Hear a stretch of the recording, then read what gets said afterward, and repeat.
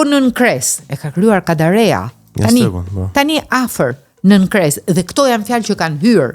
Floknaj e ka krijuar Kadareja. Dhe këto i ka kriju, sigurisht që këto janë të stiluara, janë fjalë të stiluara, floknaj, krifnaj, etj, që gërvishëse e ka përkthyer, le të themi, Kadareja. Janë fjalë kaq të bukura që kanë hyrë në dhe po hyn në përditshmëri, se ka rrugën e vet edhe fjala. Fillimisht është libreske, pastaj është tek e folura intelektuale, derisa të fillojë të përdoret gjërësisht. Prandaj kur një gjuhë për aq kohë sa një gjuhë gjallon, është si një njeri. Ne themi sa të rrosh do të mësosh. Kështu dhe gjuha, për aq kohë sa gjallon, pasurohet. Po, patjetër pasurohet, po në fakt mendoj që ta kam thënë dhe më herët këtë. Ka qenë dita e alfabetit, e kujtoj si sken atë, në autobus, 2 Gen Z, gjenerata Z, që komunikonin me njëri tjetrin në anglisht. Tani, për të mos u kuptuar, këtë nuk e bën dot sot në një shoqëri që gjithë flasin anglisht. A kanë një lloj urrëtie për gjuhën shqipe? Jo, ashtu i vjen. Ishte mendimi që më kaloi mua në mendje. Dhe unë kam dëgjuar shumë edhe brezantë që flasin anglisht me njëri tjetrin. Po, dhe në kushte të zakonshme, aty poshtë në lagje. Po, shiko, shkollimi i tyre mund të ketë qenë anglisht, një pjesë e jetës së tyre ka qenë anglisht. Kjo unë nuk e shikoj fare. Për mua është më mirë të flasësh tërësisht anglisht, sesa të flasësh anglo-shqip. Më mirë fol anglisht. Më mirë fol tërësisht anglisht sesa anglo-shqip po e quaj unë. Pra, kjo që thot Viola është e vërtet.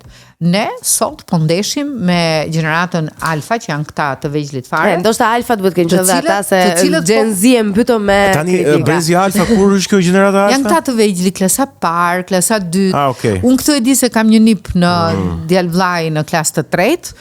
Edhe ai më qartëson shumë për gjeneratat dhe thotë që unë jam gjenerata Alfa dhe ne të gjeneratës Alfa mu më vjen shumë mirë për vetbesimin që kanë dhe kështu duhet jetë. Jemi shumë të avancuar se ju të gjeneratës dhe stopoj.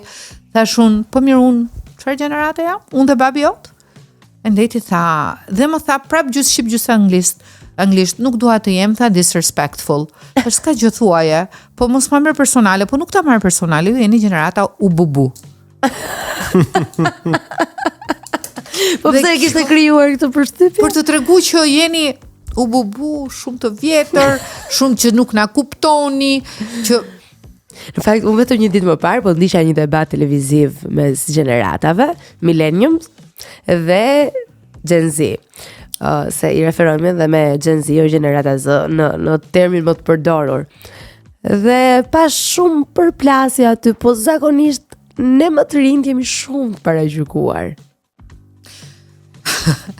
E kanë fajn ata që dalin në eksperimente sociale dhe nuk i përgjigjen sa pyetjeve. Pra ne stigmatizojmë, jemi shoqëri që stigmatizojmë. Prandaj të rinj të shiko, jo më larg se sot pata një debat shumë konstruktiv me një djalë 18 vjeç, i cili më thoshte, unë nuk do punoj kurrë për pasion. Do punoj vetëm për lek. Ky është motivi i jetës time. Do punoj do bëj, e kishte fjalën për punë të ndershme, padyshim, do i bëj të gjitha llojet e punëve për aq kohë sa ato të më japin para. Unë nuk do punoj kurrë për pasion. Tani, a duhet paragjykuar ky dhe Brezi ti dhe kishte goxha mbështetës në këtë debat konstruktiv që ne po bënim, më fal. Konstruktiv është ndjer i tillë. Lapsus freudian. Kur zysha thot vërtetën. Dhe e vërteta është që ne punojmë me pasion, si pasioni që më rrëmben. Për shembull, nuk do më jap fare para antologjia për fëmijë që kam bërë me pjesë të abetareve të parë 100 vjetëve. Jam e bindur që nuk do më jap para. Siç nuk më dha para evolucioni i abetareve në Elbasan, një studim shumë i thelluar që unë bëra. Po pse e bëra këtë?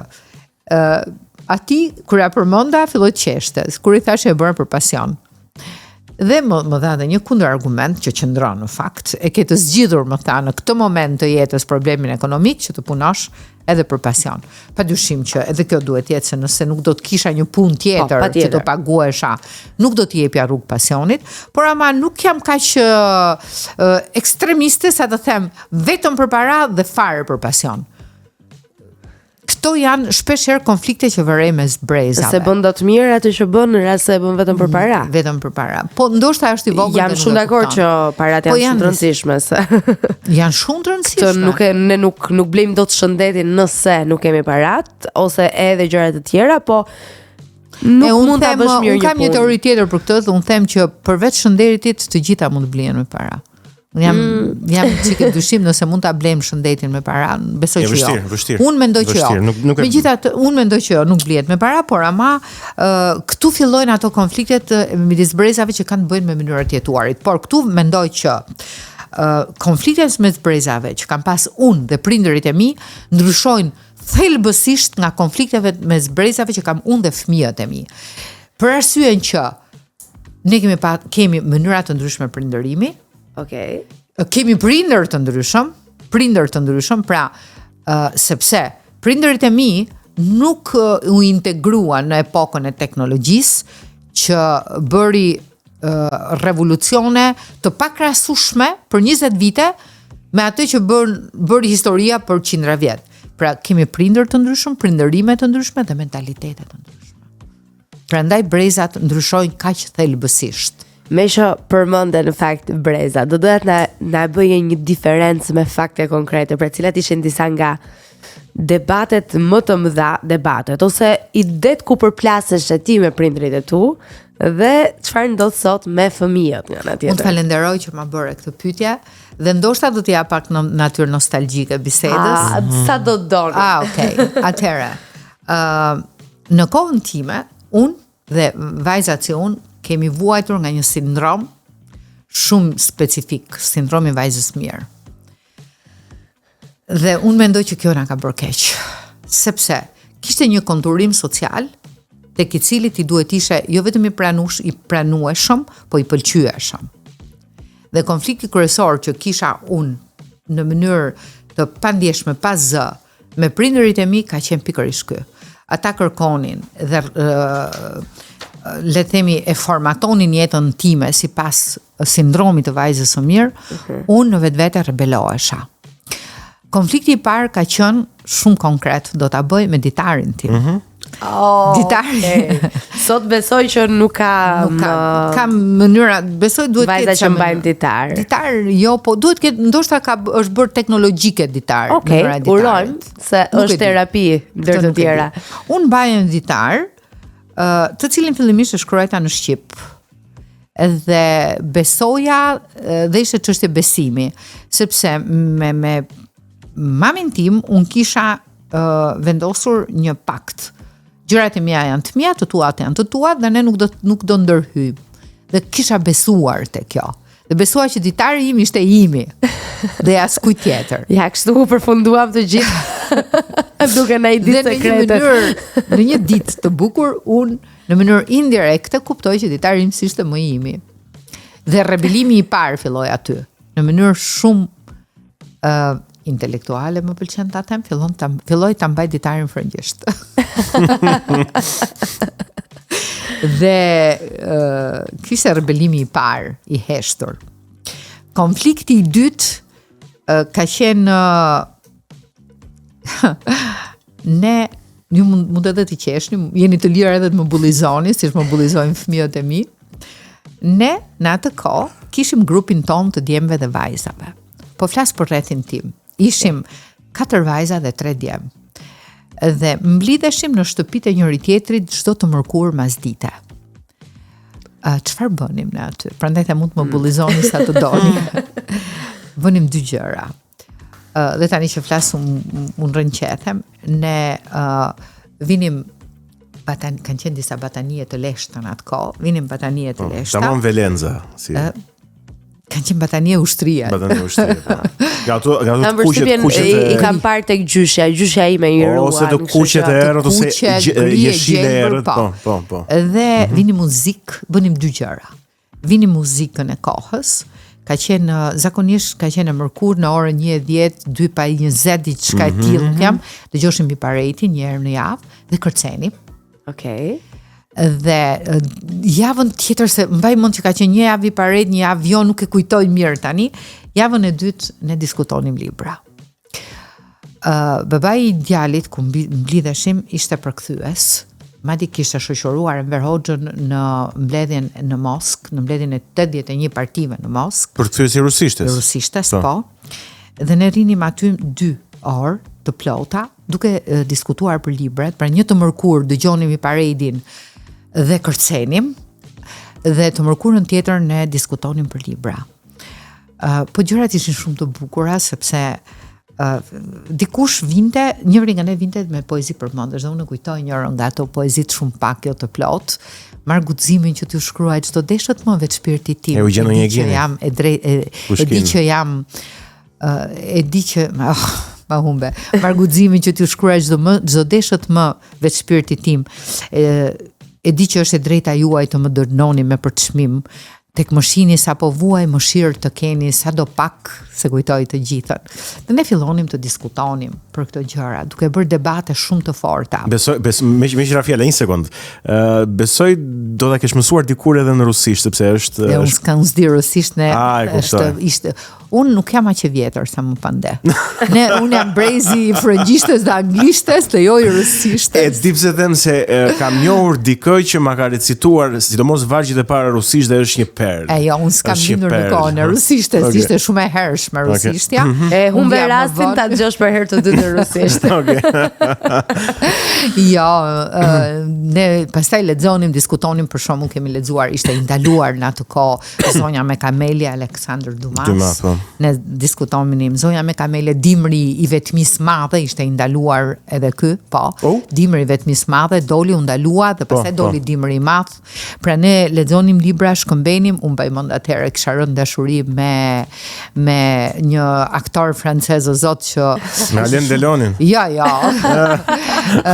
Me rrova emrin tani dhe ka qenë shumë e bukur se dhurata që më solli një nga shokët në mbrëmjen e maturës ishte një flet gazete me këtë aktor që ishte edhe këngëtar dhe aktor francez. Se kujtoj emrin tani, dhe kjo ishte dhurata që ai më bëri mbrëmjen e maturës. Gazeta në një kornizë, ishte një fotografi gazete me fjalë në një kornizë, dhe kjo ishte dhurata që më bëri mbrëmjen e maturës. Pra, tani, pse the mund të më bullizoni? Po kjo është e mrekullueshme, si do të bullizojmë? Kjo është një mrekulli. Jo, po prit se s'kemi arrit akoma tek ajo pjesë. E pata pak frikë të pjesën e bullizmit, sepse ne kemi kaq muaj te grupi i vajzave që e kemi edhe atë virtual edhe nuk po nxjerrim dot një udhtim nga ai grup, kështu që dhe ne me mendje kemi udhtuar. Në fakt un kam udhtuar që në mendjen time me biçikletën time blu që s'ma bën prindërit kurr. E kam kërkuar kur isha 7 vjeç dhe nuk ma blen kurr. Dhe unë e vizatova dhe ç'bëja, e mbaja poshtë jastëkut. Dhe kur shkoja të nesërme në shkollë, i tregoja shokëve dhe shoqeve ku kisha qenë mbrëm. Dhe fillimisht kisha qenë në rrugicat e qytetit tim, në lagjen time aq të bukur, aq ideale për Elbasanin, që është lagja Kala. Pastaj në udhishtat e qytetit, dhe pastaj fillova të udhëtoja në qytete të tjera. I tregoja ngjarje, bëma dhe çdo ditë me biçikletën blu, dhe kur vllai im ma ka grisur biçikletën blu, ka qenë, thuaj se kam vdekur atë ditë. Ka qenë mërzitur. Dhe ka qenë ky pik takimi im i fortë me frëngjishten. Sepse ndërsa isha duke rrëfyer me slotëve, mikeshës time të ngushtë, këtë dëmin e madh që më bërin vlla duke më grisur biçikletën blu, më thot, ja, babai i saj, Vasil Kamami, që është një nga emrat e mëdhenj të pedagogjisë shqiptare, i studiuar në Rusi dhe në Itali, më thot, po pse nuk lexon Jules Vernein? Kemi qenë klasë të tretë, më duket, po. Dhe them, Jules Vernein e kam lexuar, kisha lexuar 2 vjet pushime. Jo, thot, lexo Matias Sandorfin. Dhe kam unë. Dhe shkon në bibliotekën poshtë ma sjell. Tash, po ky nuk është shqip. Po mëso frëngjisht atëherë, thot. Dhe kështu ka qenë fillesa dhe dashuria ime për frëngjishten, për të njohur këtë shkrimtar që me fantazinë e tij foli për anijet nëndecet pa lindur nëndecja, për avionin pa lindur avioni, për kompjuterin dhe telekomandën pa lindur të gjitha këto, dhe që më bëm brezin tim të pavdekshëm. Sa kujtimet bukura. Duket si një botë tjetër. Ishte shumë e bukur, për aq sa ishte e vërtet. Sepse pastaj kur na e përmbys, kur dilje jashtë shtëpisë këtij djali, zuat ja përmend emrin, ëndrat pastaj thyeshin. Ti isha aty brenda. Çfarë ndodhte aty? Pra në mënyrën se si ti e përjetoje. Kur isha aty brenda, ti isha e lirë. Unë e kam provuar këtë liri aty brenda, ishte shumë e bukur. Liria fillonte kur ne vinim batania tek dritaret, ishte shumë e bukur. Pra liria fillonte kur ju ndaheshit nga bota, jashtë. Eksakt. Aty fillonte liria. Kur ne ndaheshim nga bota dhe fillonim, për shembull, t'ju them, më falni. Se vendosja e batanisë është një metaforë dhe kjo. Vendosja e realisht, po. Unë zonja me kamelje e kam lexuar në shtëpinë time të vjetër, kishim një, ne i thonim aneks, nuk e di tani. Po, aneks. Tip aneksi që nuk ishte aneks në kuptimin e sotëm që gatuhej, po ne do të përdor termin elbasanisht, vendosim aty rrangulla të ndryshme. Po, gjërat e shtëpisë që nuk përdoreshin. Përdoren dhe unë rraqet. Dhe rria me orë të tëra, sepse druhesha nga prindërit e mi që po ta dini që unë po lexoja zonja me kamelje. Po unë do ta lexoja sepse të mërkurën ne do ta diskutonim, dhe unë s'kisha kohë, libri do kalonte për 2 ditë të tjetra. Libri ishte, unë e kam të fotografuar këtu libri në kokë, ishte një libër i verdhë, fleta dhe lexonim aty. Dhe unë më jep pak vibe, domethënë patjetër historia ka pika shumë ndryshe, po pak vibe hajdutja e librave. Hajdutja e librave ndoshta, pak. Deri diku ndryshe. Dhe në këtë rast ky zotria të cilit ajo i trembi ishte mami im, në rastin tim dhe kur më pa me libër, unë jam trembur shumë dhe nuk trembesha se do më bërtise, po do më diqte librin. Dhe kjo ishte dëmi më i madh, nuk e bëri, padyshim, nuk e ka bërë kurrë. Pastaj kur më zgdash të lexoj Alfredo Musée, i tha, e bëra sheshit, i thash, unë do lexoj Alfredo Musée dhe ti nuk do më thuash gjë. Dhe tha, pse ke kriju bindje që unë do të them gjë? Mu tha, nuk dua ta lexosh në sy të tjerë, këtë trembet ajo. Por lexoje, s'ke pse e lexon fshehurazi. Kjo ishte, por në atë kohë trembeshe të gjithëve. Dhe ky ishte një lloj konflikti që ne kishim mes brezave. Dhe ky ishte konflikti i brezave. Nuk kishim në gjendje të flitshim lirshëm, pa frikë. Konflikte që pata unë me fëmijët e mi, vazhdoj t'i kem. Me çunin nuk e kam pas kaq të vështirë, sepse diferenca e moshës nuk ishte, jam bërë në një moshë relativisht të re, por me gocën kanë qenë për shembull. Unë nuk kam qenë asnjëherë partizane e festave dhe klubeve. Okej, asnjë mama nuk është. Nuk kam qenë. Unë t'ja kem nxjerr pak jetën. Pak fare. Mbaj mend që vajza ime thoshte kur të bëhem unë 18 vjeç, dhe ditën që u bë 18 vjeç, thashë ja u bërë, çfarë do bësh asgjë, tha, dhe ti këtë e di, më tha. Pra, ka pas konflikte patjetër, jo me veshjen, me stilin e humorit që bëndesh, përshër nuk më pëlqente, më duke i kështu i pa respektuar, të dy, jo vetëm ajo, por nuk e bëri keq, edhe shkollimin dhe formimi që unë i dash. Ja se vën dyshim fare. Ndoshta mund të jesh njeriu i dur për të thyer një përgjigje për këtë pyetje, se ke edhe vajzë dhe djalë. Pse mamat janë kaq të shtrënguara me lirinë që japin vajzave në Shqipëri? Paktën nisur edhe nga mami im patjetër, po edhe nga shumë raste tjera. Viola, unë i desha kaq shumë fëmijët e mi, të dy, sa gjë e parë që bëra kur ato mbushën 18 vjeç, i largova nga vetja. Dhe thash, ju duhet të merrni jetën tuaj në dorë. Dhe nëse djali iku me qef, vajza nuk iku me qef. E pat këtë ngërçin. Nuk donte, por unë i largova për të mirën e tyre, i largova nga vetja për t'i dhënë liri. Deri unë besoj, në fakt dhe me djalin kam qenë shtrënguar, po ai nuk ishte natyrë kaq rebele sa ajo. Unë besoj që deri në 18 vjeç gabimet e fëmijëve janë gabimet tona si prindër. Pas 18 viteve gabimet janë të tyre. Dhe mendoj që ti lëm të lirë 18 vjeç, vajzat e djemt të gabojnë. Le të gabojnë, se mësojnë nga gabimet. Dhe kur do t'i bëjnë, po si bën 18 vjeç, këto gabime? Le t'i bëjnë, ne jemi aty për t'i suportuar dhe sidomos për t'i dramatizuar. Kështu që është problemi i madh suporti i prindërve, se duket sikur në fakt gjithçka është në rregull derisa ti dëgjon ca raste pastaj që kupton pse dikush ndërmori një veprim ekstrem, sepse e ndjente veten se nuk mund të kishte mbështetjen për krahjen e prindërve për diçka ndoshta të gabuar që mund të ketë bërë. Unë mendoj që është detyrë e prindit të jetë aty për të suportuar fëmijën edhe kur bën gabim, por edhe kur bën faj, nuk e zhbën dot faktin që ai është fëmia yt dhe që në fund të fundit ti e ke formuar deri në 18 vite. Kështu që unë kam qenë pjesë edhe jam akoma e disa fushatave për të drejtat dhe liritë e vajzave dhe grave. Dhe jam pjesë aktive e këtyre fushatave. Këtë e bëj edhe si nën, në radhë të parë si nën, por e bëj edhe si qytetare, edhe si profesoresh patjetër. Dhe gjykoj që të gjithë nënat që shtrëngon vajzat më shumë se djemt, bëjnë gabimin e jetës së tyre dhe kanë më tepër hallin e tyre se të vajzave. Më vjen shumë keq ta them, e kam thënë në shumë mjedise, vazhdoj ta them, edhe më kanë kundërshtuar për këtë, por mendoj që nuk kanë hallin e vajzave, kanë hallin e tyre. Çfarë thot kjo? Si kanë hallin e tyre? Unë e gjykoj kështu. Për çfarë nuk i jep liri vajzës? Vajza do liri. Pse vajza që nga më e brisht se djali?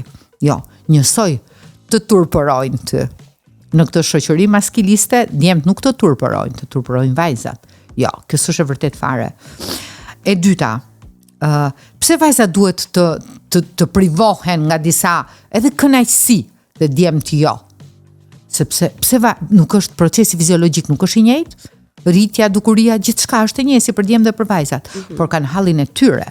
Çfarë do thot ky, çfarë do thot ai, çfarë është ai sindromi vajzës së mirë.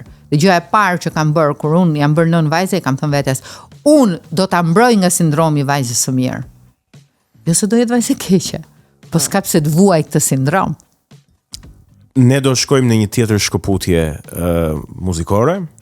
Dhe pasi të kthehemi nga shkëputja muzikore, do ta vazhdojmë pikërisht këtu. Dhe rikthehemi me të thella sërish. Sepse pyetja ime është, a mos ndoshta jemi në kohën e sindromit të vajzës së keqe? Pas Sem psikologe.